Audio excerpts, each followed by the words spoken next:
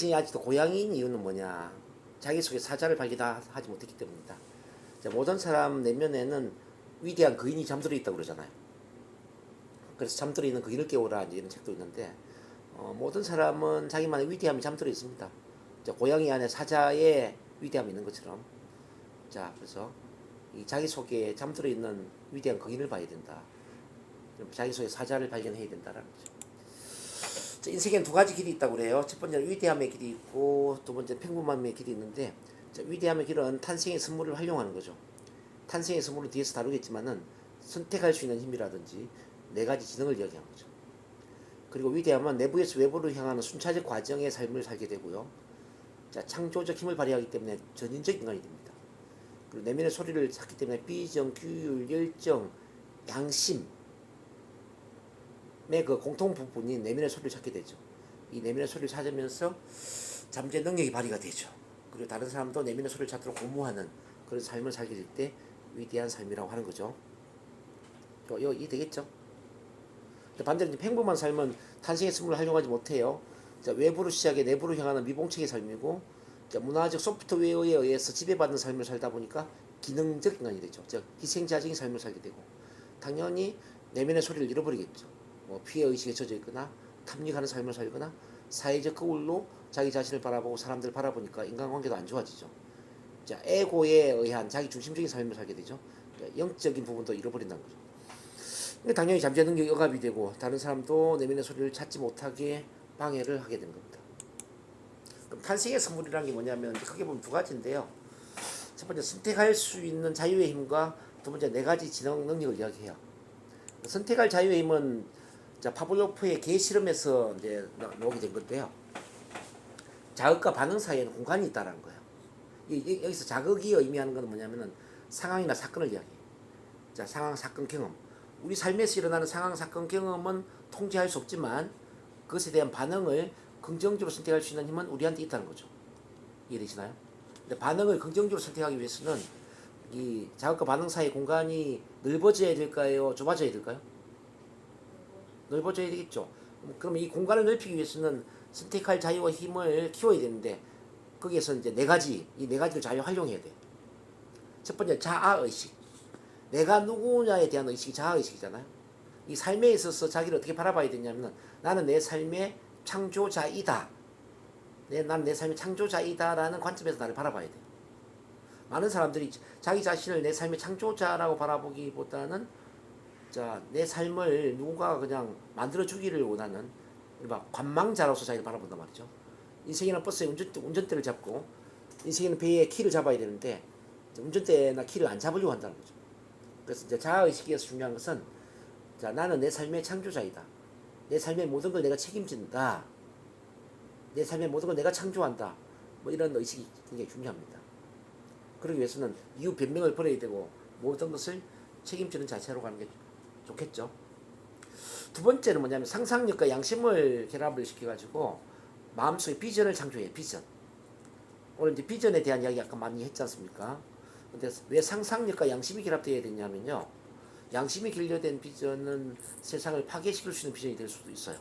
근데 양심이 결합이 된 비전은 세상을 이롭게 하는 비전이 될 수 있다는 거죠. 예를 들어서 2차 세계대전 때 우리 히틀러를 보면은 히틀러는 양심이 결여된 비전을 가졌잖아요. 그래서 히틀러는 게르만족의 세계 지배라는 자기만의 자기 중심적인 비전을 가졌으니까 자, 유태인을 600만 명을 학살하고 2차 세계대전을 일으켰다는 거죠. 근데 이제 테레사 수녀님이라든지 예수님이라든지 뭐 우리 석가모니라든지 이렇게 자, 성인 레벨에 속하는 분들은 똑같은 비전인데 양심과 결합된 비전을 가졌다는 거죠. 그래서 세상을 위하는 그러니까 예수님 같은 경우는 사랑의 세상을 만들려고 했죠. 그리고 이제 테레사 수녀님은 제도권 밖에서 힘들어하는 사람들이 도움을 얻을 수 있는 그런 따뜻한 세상을 만드는 게 또 하나의 비전이었단 말이죠. 이렇게 그래서 이제 상상력과 양심이 결합이 되면서 의미 있는 비전을 만들어야 된다. 세 번째는 뭐냐 독립의지라는 거거든요. 자, 현실 속에서 그 비전을 창조할 수 있는 실행 능력을 발휘해야 된다는 거죠. 자, 독립의지가 지칭하는 것은 어떤 뭐 규율이라든지 행동력이라든지 실행 능력을 이야기해요. 인간은 동물과 다른 게 뭐냐면요. 배가 고파도 밥을 안 먹을 수도 있는 게 인간이에요. 자, 동물은 현재만 바라보지만은 인간은 과거, 현재, 미래를 동시에 바라볼 수 있는 그 힘을 갖고 있다는 거죠. 그래서 미래의 비전이 있으면은 내가 다이어트를 위해서 밥을 안 먹을 수도 있고요. 자, 아침에 일찍 일어나기 싫어도 일찍 일어나서 운동을 할 수도 있고. 그렇지 않습니까? 그래서 미래의 의미 있는 비전을 위해서 현재의 고통을 감수할 수도 있는 게 인간이다. 그래서 이렇게 이제 고통을 감수하면서 행동할 수 있는 그 규율의 힘이 어디서 나오느냐? 바로 독립의지에서 나온다. 이렇게 해서 이제 이 자아의식, 상상력, 양심, 독립의지를 통해서 자, 나는 내 삶의 창조자이고 그래서 내 미래의 의미 있는 비전을 창조하고 현실 속에서 그 비전을 이루기 위해서 행동을 실천하고 이 세 가지가 결합이 된다면 선택할 자유와 힘이 굉장히 커지겠죠. 그래서 자극과 반응 사이의 공간이 넓어지기 때문에 긍정적 반응을 선택하는 거죠. 그런 점에서 이제 인생은 BCD다라고 이야기해요. 벌스와 데스 사이에 초이스 선택이 있다. 탄생과 죽음 사이에 선택의 힘을 어떻게 발휘할 것인가. 이게 바로 이제 이생이라고 그래요. 그래서 이 선택의 힘의 자아의식, 상상력, 양심, 독립의지 이 네 가지 힘을 얼마나 잘 발휘하느냐에 따라서 자아과 반응 사이 공간이 넓어지고 우리는 보다 더 긍정적인 삶을 살 수 있다. 이렇게 정리가 됩니다. 그 다음에 이제 두 번째 탄생의 선물이 뭐냐면은 네 가지 지능이거든요. 자, 인간의 네 가지 지능이 뭐냐면은 자, PQ, IQ, EQ, SQ. 살며 사랑하며 배우며 유산을 남긴다. 이런 이야기 많이 들어보셨을 거예요. 살며 살아가는 지능, 생존 지능을 또 신체 지능을 PQ라고 그래요. PQ. 그 다음에 사랑하며 감성 지능 EQ라고 그러죠. 나를 사랑하고 내 가족을 사랑하고 내 이웃을 사랑하고 사랑의 힘을 확장시키는 게 우리 인생에서 정말 중요하겠죠. 그 다음 배우며 자, 어떤 지적 능력, IQ가 되겠죠. 자, 이 IQ는 자기 개발이라든지 또는 지성을 통해서 미래를 바라보는 어떤 비전의 힘을 키울 수가 있어요. 지성의 눈으로 미래를 바라보면 비전이 생기겠죠. 비전이 없는 사람은 지성이 없기 때문에 그래요. 즉 공부를 안 한 사람은 비전도 없죠. 헬렌 켈러가 이런 이야기 있지 않습니까? 앞을 못 보는 건 불행하지만 앞을 볼 수 있는데도 불구하고 미래의 비전이 없는 사람은 더 불행한 사람입니다. 그래서 우리가 이제 비전을 가져야 되는데 비전을 가지기 위해서는 지적 능력이 커져야 돼요. 즉 공부를 많이 해야 된다는 거죠. 배움으로만 끝나는 게 아니라 배움이 삶의 경험과 어우러지면서 아하라는 깨달음, 알아차림을 줄 때 이게 이제 지혜가 되거든요. 지혜. 그래서 이제 지식이 지혜가 되려면은 내가 배운 것들이 반드시 체험하고 연결돼요. 체험. 우리 삶의 체험하고 연결되면서 그다음에 그렇구나. 이런 깨달음이 생길 때 지혜가 될 수 있다. 바로 지성의 힘은 즉 IQ는 바로 그런 깨달음을 주는 겁니다. 그런 참 지혜를 주는 겁니다. 그 다음에 그 영적 지능 SQ는 뭐냐면 유산을 남긴다. 유산을 남긴다. 의미와 기여죠. 어떻게 하면 의미 있는 비전을 만들고 이 사회에 공헌하는 기여하는 인생을 살 것인가. 자, SQ가 약하면 이제 에고적인 즉 자기 중심적인 이기적인 삶을 살게 되지만은 SQ가 발달하면은 나를 초월했어. 나를 뛰어넘어서 이 대한민국 사회를 위해 이 세계를 위해 내가 무엇을 할까를 고민하게 된단 말이죠. 그래서 우리가 반드시 이제 에고를 뛰어넘어서 나를 초월한 이런 영적 지능을 갖는 게 중요합니다. 이걸 세부적으로 본다면 PQ는 이제 크게 보면은 이제 신체 건강, 직업적인 성공, 재정, 돈과 연결된 겁니다. 신체 건강을 위해 현명한 식사를 하고 일관되고 균형 잡힌 운동을 하고 적절한 휴식을 취하는 것, 기분 전환을 하고 스트레스 관리를 하고 예방적 사고를 하는 것, 신체 건강입니다. 직업적인 성공에 전문성을 키우고 유능함을 키우고 커리어 관리를 하는 것, 세정 돈에 있어 돈을 버는 능력을 키우고 돈을 관리하는 능력, 돈을 제대로 쓰는 능력을 키우는 것, 이게 PQ에 다 중요해요.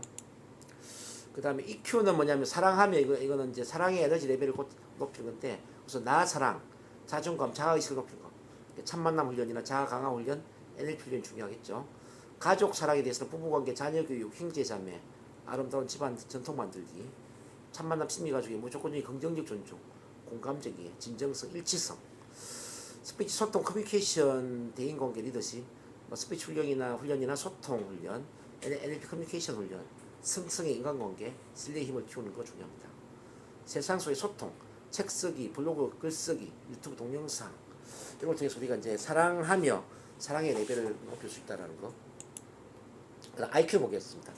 IQ는 첫 번째 자기 개발, 동기부여 강의 듣기, 성공학 책 읽기, 긍정문 낭독, 감사 일기 쓰기, 관점 바꾸기, L체면 시각화하기, 전문성 키우기, 전문 분야 책 읽기, 자격증 취득하기, 석사 박사학위 취득하기. 가르치기. 왜 가르치기가 중요하냐면요. teaching is learning. 가르치는 것 자체가 가장 잘 배우는 거예요. 그래서 명강사, 명강의 훈련을 해야 돼요. 선생님도 시간이 되면 오전에 스피치 훈련도 있거든요. 뭐 물론 힘들겠지만 오전 오후 다 하려면 만약에 에너지가 좀 괜찮으면 오전에도 와서 스피치 훈련도 좀 하면 좋을 것 같아요. 또 이제 강사 코너를 제가 주기 때문에 준비된 스피치 10분, 5분, 10분 발표할 수 있는 그 코너도 있어요. 그런데 지속적으로 참가해서 앞에서 강의하고 발표하다 보면은 강의 능력도 커진다는 거죠. 어쨌든 선생님은 제 후계자가 돼야 되니까요. 강의도 잘해야 되고. 정말 부담스러운 말씀. 아니 그 원래 스승은 제자를 선택을 해서 키울 책임이 있죠. 예수님이 12명의 제자를 안 키웠으면 어떻게 되겠어요? 기독교가. 부처님 또한 부처님이 제자를 키웠기 때문에 불교가 발달된 거고. 이 NLP 체면 이 영적 치유도 마찬가지예요. 이것도 제자를 양성해야 되지. 제자를 양성하지 않고 제가 죽어버리면 어떻게 될까요? 그러면은 세상에 또 하나의 빛이 사라져버리고 누군가가 제가 하는 일을 또 이어받아야 되고 같이 일을 해야 되고 제가 이 일을 안 한다 하더라도 누군가가 이어받아서 하면 좋겠죠. 어쨌든 선생님은 그런 제목이라고 제가 보니까 키워드리려고 제가 하는 거고요. 저는 부담을 느낄 부분이 아니라 저는 이런 부분이 더 중요하다. 아 저렇게 교수님이 나를 믿고 신뢰한다면 더 열심히 한번 해봐야 되겠다. 마음에 결단을 내리는 그런 계기가 되면 어떨까. 네, 그렇습니다. 어쨌든 그 가르치기가 참 중요하다. 지혜는 앞서 제가 설명을 했는데 지식이 체험과 어우러져서 깨달음, 아하라는 깨달음이 있을 때 지혜가 되는 거거든요. 지식만으로도 지혜가 되지 않아요. 체험만으로도 지혜가 되지 않아요. 지식과 체험이 반드시 어우러져야 된다는 거죠. 그러면서 깨달음, 아하 그렇구나. 인생의 아하가 몇 번 오느냐에 따라서 지혜가 더 많아지겠죠. 우리 박나연 선생님은 아하라는 느낌을 몇 번 정도 받으셨어요? 지금까지 살면서 아 그런 거구나 이런 거. 글쎄요, 세보지 않아서 모르겠어요. 중간중간 뭐 작은 것들 깨달으면 얻는 게 있어. 많았네요. 그러니까 결론적으로 많았다. 엄청 충격적인 큰 건 없었다. 근데 소소한 건 어쨌든 깨달음이 많았다는 것은 많이 성장했다는 거죠. 자, 많이 의식 성장이 되었다는 거죠. 지혜로워졌다. 이렇게 하다 보면 비전을 갖게 되는데요. 즉 지성의 눈으로 미래를 바라보게 되기 때문에 비전이 생깁니다. 자, 배움이 참 중요하죠. 마지막에 이제 SQ 영적 지능의 5대 요소를 보면은 진정성, 첫 번째 진정성이에요.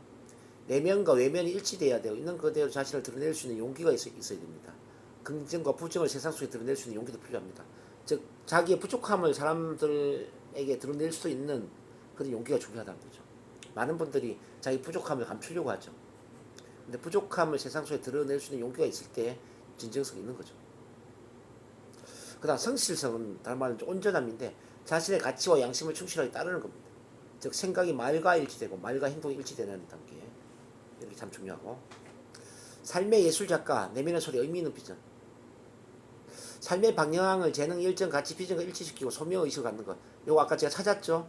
직업을 사명을 만드는 거 제가 이야기해드렸죠.